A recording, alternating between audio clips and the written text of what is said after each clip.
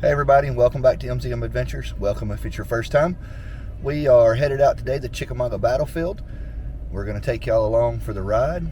If y'all are liking our videos, give us a big thumbs up. Don't forget to subscribe if you're new. Everybody sit down, buckle up, and enjoy the ride. So Chickamauga Battlefield is a Civil War battlefield. It is in North Georgia, just outside of Fort Oglethorpe.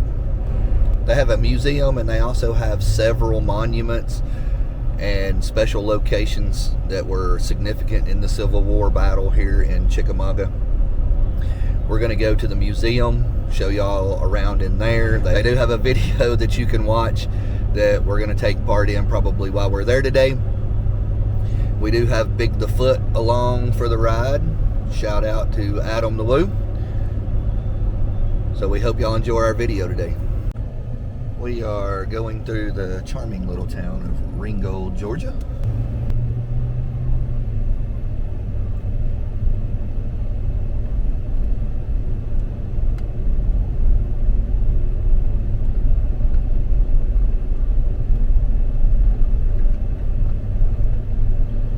Just a little small city. Speed limit's 25 miles an hour.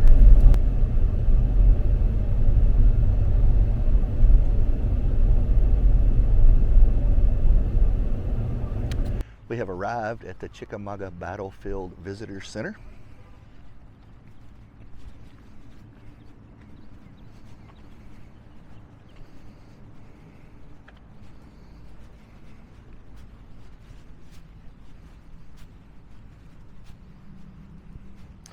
Have different cannons set up out front that would have been used in the Civil War.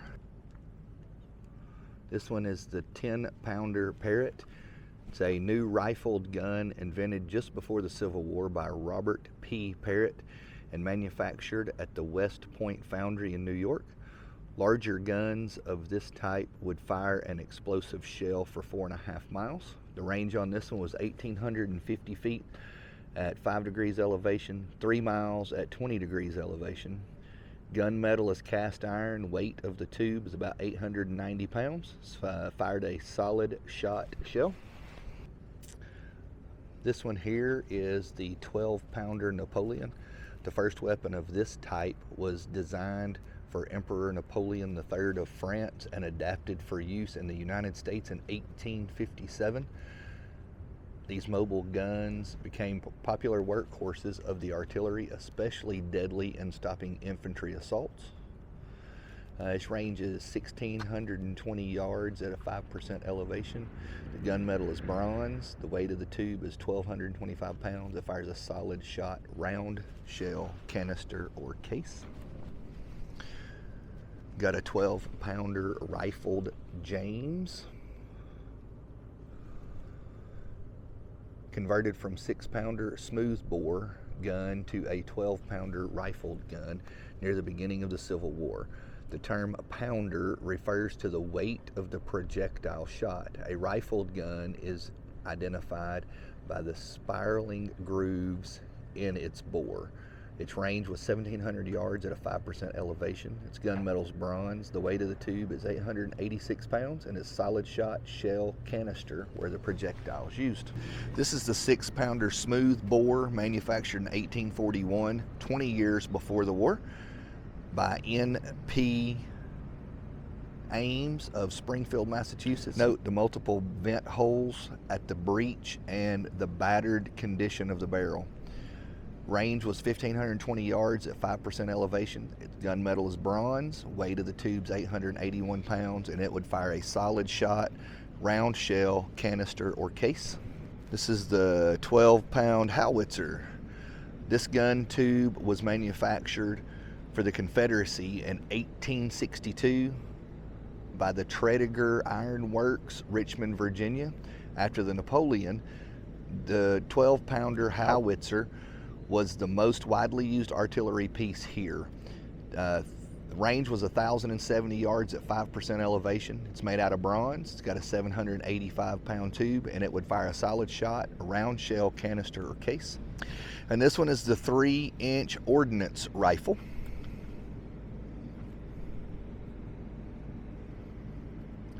It could fire projectiles long distances, but its effectiveness was limited in Chickamauga's thick woods. Manufactured by a process perfected by John Griffin, its range was 1,830 yards at a 5% elevation. It's made out of wrought iron. The tube weighs about 820 pounds, and it would fire a solid shot shell. All right, we're gonna go ahead and make our way in. Hours of operation are 8:30 to 5. There you go, sir. Thank you.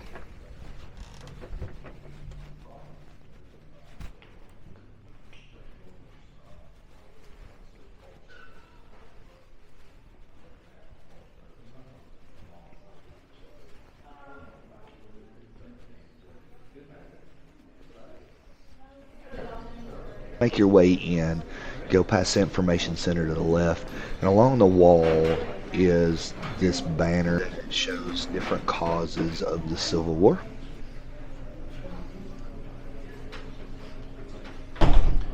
And this leads into the theater.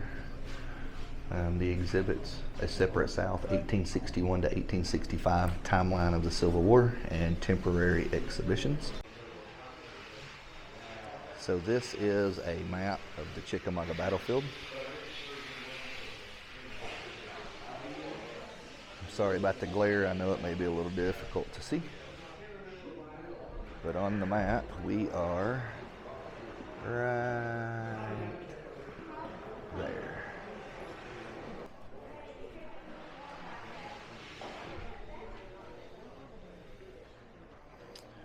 They do have a small diorama set up.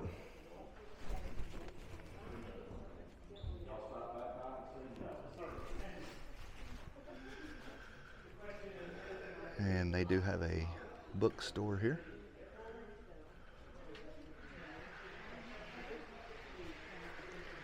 Got all kinds of books on the Civil War, Chickamauga and Chattanooga.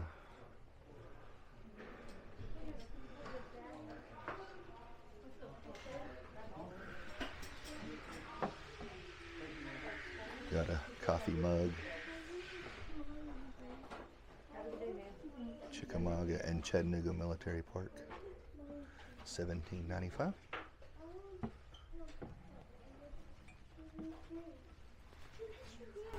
We also have just general Civil War books, different campaigns. This section is the Confederates. Got Robert E. Lee, Stonewall, Braxton Bragg. Is the hat worn by the Confederate military. This next section is all the Union. We got General Grant, George Henry Thomas. Books up there. This is the hat that would have been worn by the Union soldiers.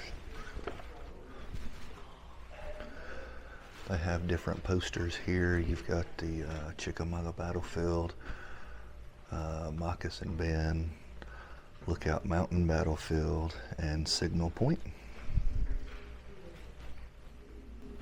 This section here has some books about the Cherokee Indians. Same for this section, Trail of Tears, more Cherokee Indian books here. And then they have some Chickamauga Battlefield merch, hats, water bottles, coffee mugs, some hoodies, some t-shirts.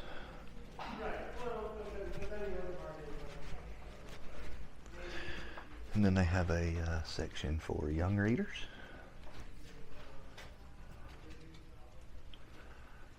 They've got a National Parks Monopoly game. They have a building blocks set of Chattanooga riverfront skyline, some little mini figures, Junior Ranger Society.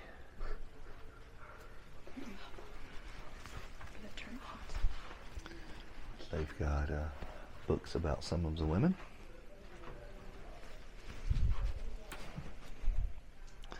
Got a assortment of train engines down here.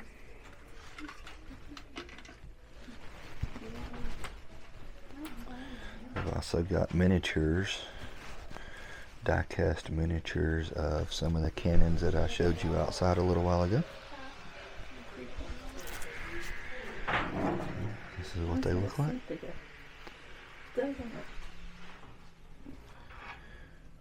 They also have some Chickamauga and Chattanooga National Military Park stickers. There's no survey at the bottom of the receipt. If you go online to the old server, that gets you 25% off our own. Most everyone on either side of the rebellion believes the war will be over quickly.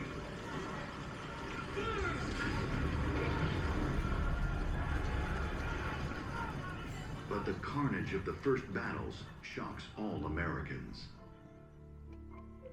What began as a Southern rebellion and a Northern response to preserve the Union is affected by a few strokes of the pen. President Lincoln's Emancipation Proclamation declares all slaves in the rebelling states forever free. It is issued January 1st, 1863. Summer 1863. The Union Army plans to stick a dagger into the Deep South. For the Union to achieve victory, the farmlands, arsenals, and factories must be destroyed. The Union Army of the Cumberland advances into the rugged hills of southeastern Tennessee. It is commanded by General William Rosecrans. Standing in the Federals' way is the Confederate Army of Tennessee, commanded by General Braxton Bragg. Joshua Calloway is now an officer in the 28th Alabama. June 26, 1863. My darling wife, everything is quiet here. It was said that the Yankees were advancing, but we all suppose that it's nothing more than a foraging party. I do hope that this year will close the war. The Lord hasten the day of peace. My love to your mother and our children. Joshua Calloway.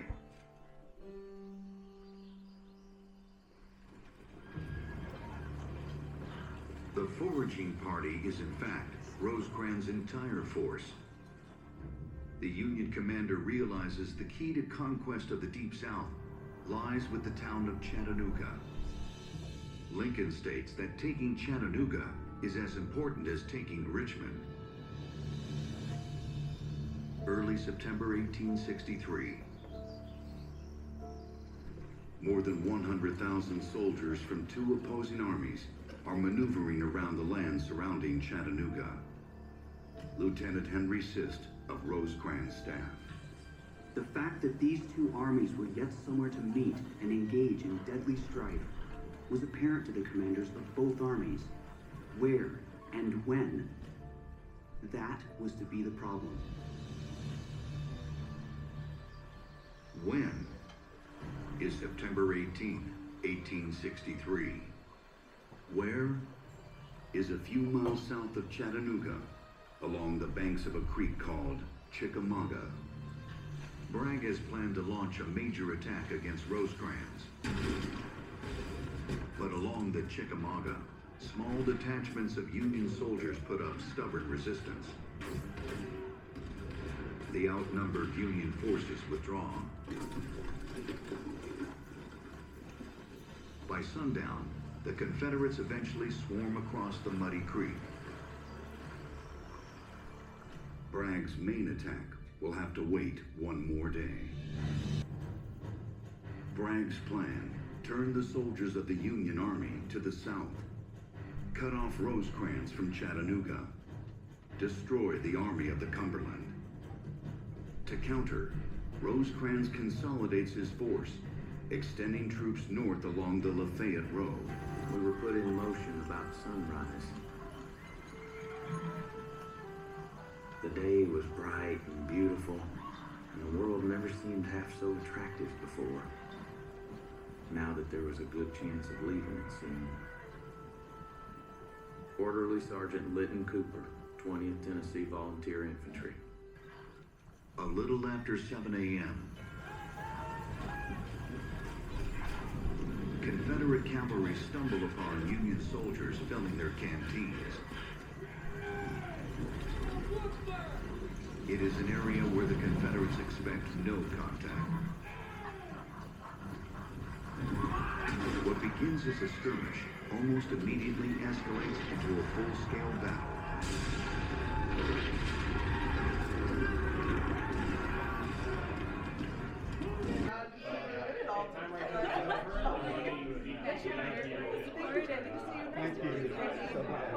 So we are in the museum area. I'm just going to walk through and show y'all some of the stuff that's on the wall, some of the stuff that's in the cases. There's quite a few artifacts and stuff that have been found here in Chickamauga.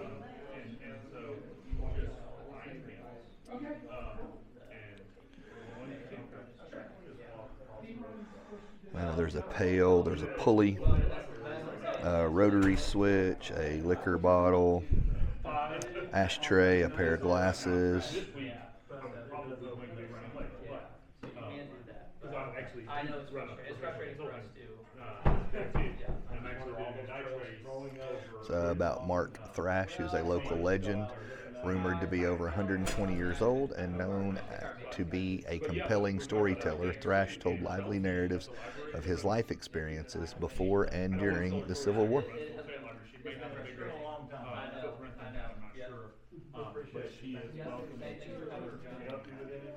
It's a plaque of civil rights after the war. Some more artifacts here. There's a vial, porcelain doll's arm, synthetic tube, a shovel.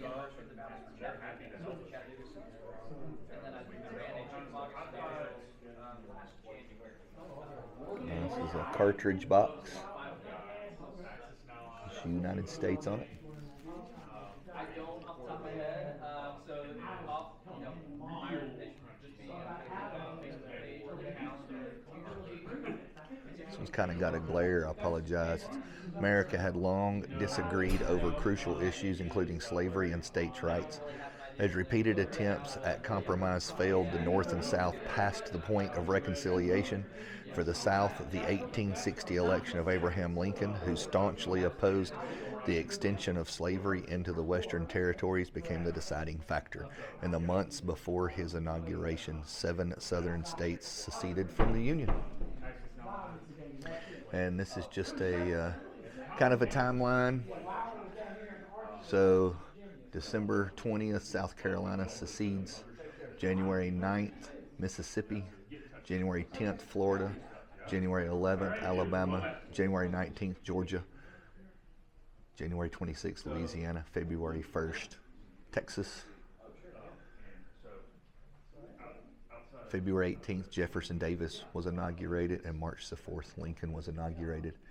And we get into April, the 17th, Virginia secedes. In May 6th, Arkansas secedes. May 20th, North Carolina secedes. May the 20th, Confederate Congress votes to establish its capital in Richmond, Virginia, and then on June the 8th, Tennessee voters approve secession. Tennessee was the last of the southern states to secede from the Union. And this just goes into the timeline of the different battles. Gets us into 1862.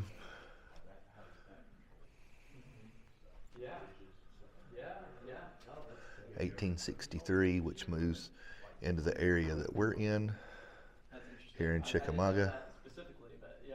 The campaign for Chattanooga, the Battle of Chickamauga here at the end. And this here gets us into 1964. Confederate General Braxton Bragg's indecisive following his victory at Chickamauga led to defeat at Chattanooga 2 months later. An excellent opportunity to turn the course of the war had been lost. Chattanooga, firmly in federal hands, would become the base for a drive into the Deep South in 1864.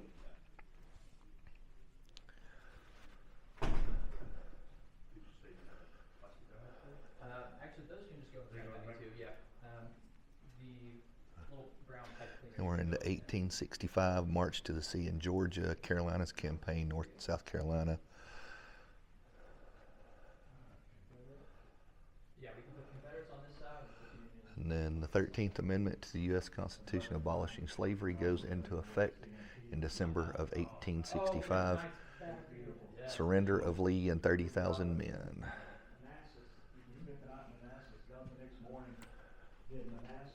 The Civil War saved the Union and abolished slavery. It brought rapid advancements socially, economically, and culturally, but the toll of the war was high. More than 620,000 Americans died. Healing the countless wounds and balancing the enormous changes would take many decades. The tragic conflict forged a new America and unleashed forces to continue to affect us today. Unearthing Chickamauga. So here's some more stuff that was found here. I got your email. So I'm sorry that We've got a pocket watch component. This is a mini ball from a 58 caliber. Fork and a knife. This is a round ball from a 69 caliber. United States Marine Corps coat button.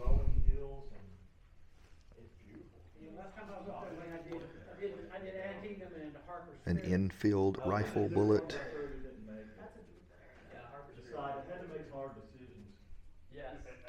So just a lot of artifacts here that have actually been found here at Chickamauga.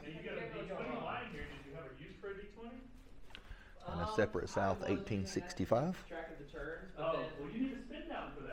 Next area that we're going to is exhibits for the Battle of Chickamauga and the Fuller gun collection.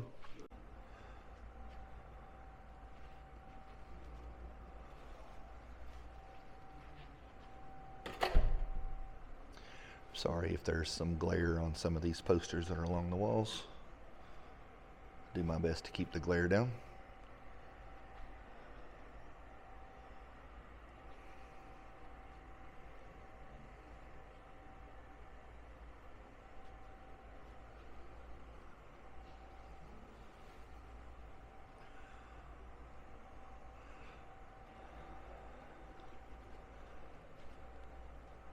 So these are the caisson, limber, and team. Battery wagon, limber, and team. Cannon, limber, and team. And traveling forge, limber, and team.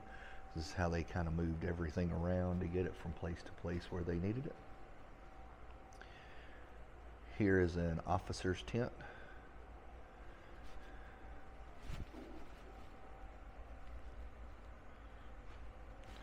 There's quite a bit of glare on that. There is a thing here that reads along what would have been here. It says long hours of a colonel or general's time, even on campaign, were spent in a setting more like an office than a battlefield.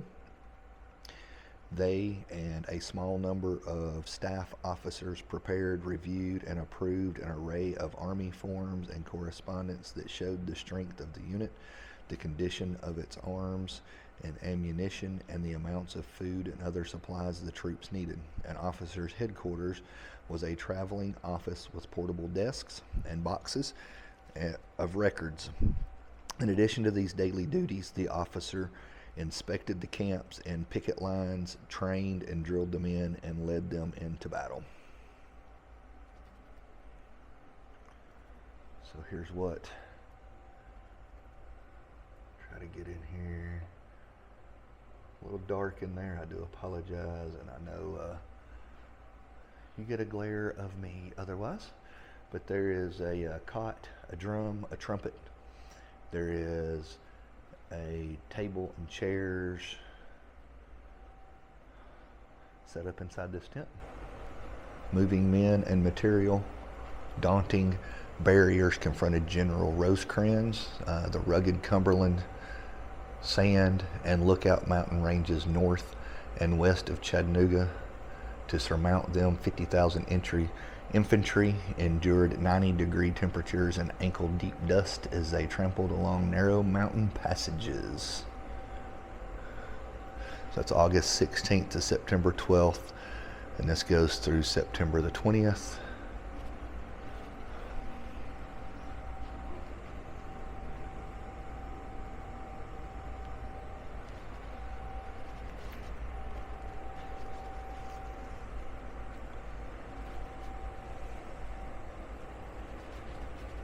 Hello. I have something to show you. This is from the pension records, but there's my great-great-grandfather. Wow. Enlisted as a private in Company D, 4th Georgia Infantry. Wow. That's cool. Yes, yes it is. I'm trying to screenshot it here. It's actually spelled correctly. This is a Union soldier. And this is the Spencer rifle. It says to operate the rifle, a soldier loaded 7 copper cased cartridges into a tubular magazine in the stock. Each time he operated the lever, a spent cartridge was discharged and a new round was loaded. The revolutionary copper cartridge case, which combined primer, powder, and bullet, replaced time-consuming steps required to load and fire traditional weapon. There's the Spencer cartridges.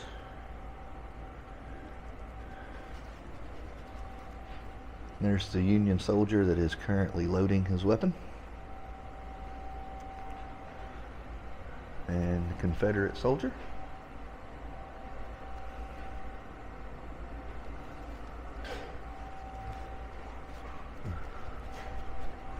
We're going to go in and look at the Fuller gun collection.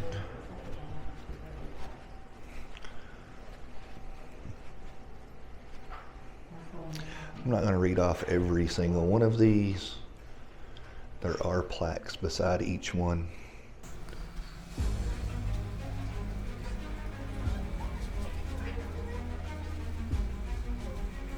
Just gives you an idea of the different types of weapons that would have been used during the time.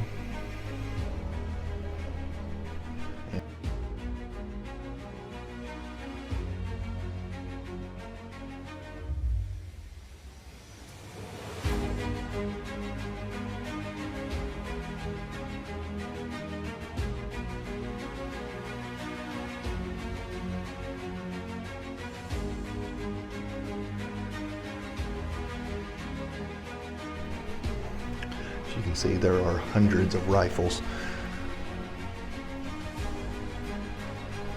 that were used during this time period.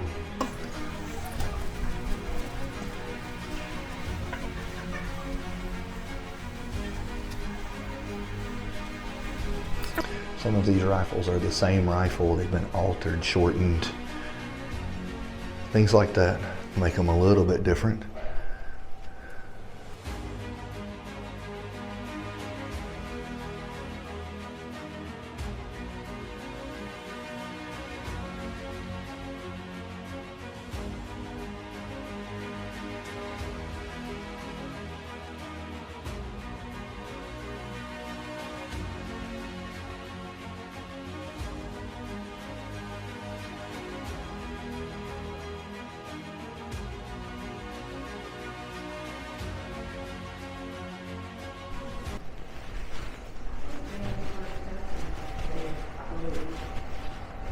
Houston, Joey.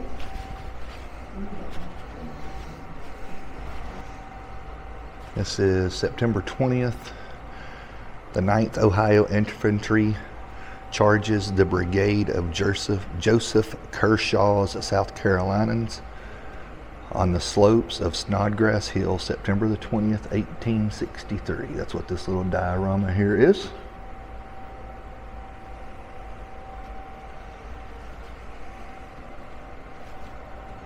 General George H. Thomas.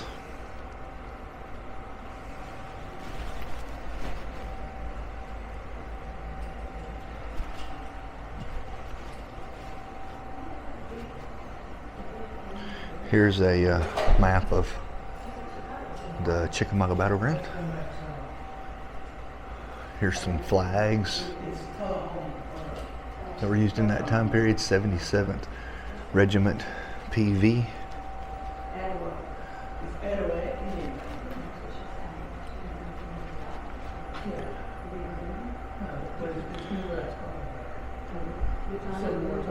Some more artifacts there. This tree trunk was taken from the battlefield. It testifies to the ferocity of the projectile that flew between the lines. Iron and lead from bullets, shells, and canister riddled the Chickamauga forest. Sections of trees with embedded projectile were popular relics from the battlefield. So, and here you can see the projectile embedded in the trees.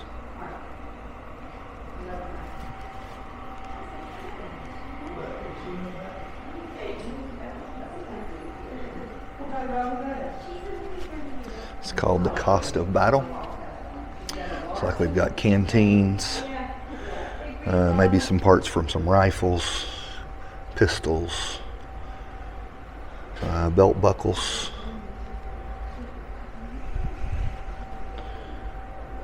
some of the artillery ammunition that would have been used.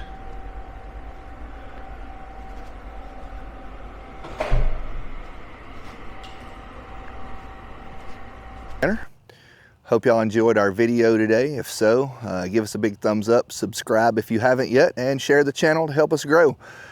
Remember, adventure is out there, whether it's in your own backyard or 1,000 miles away. It's up to you to find it. Bye, everybody. Have a nice day.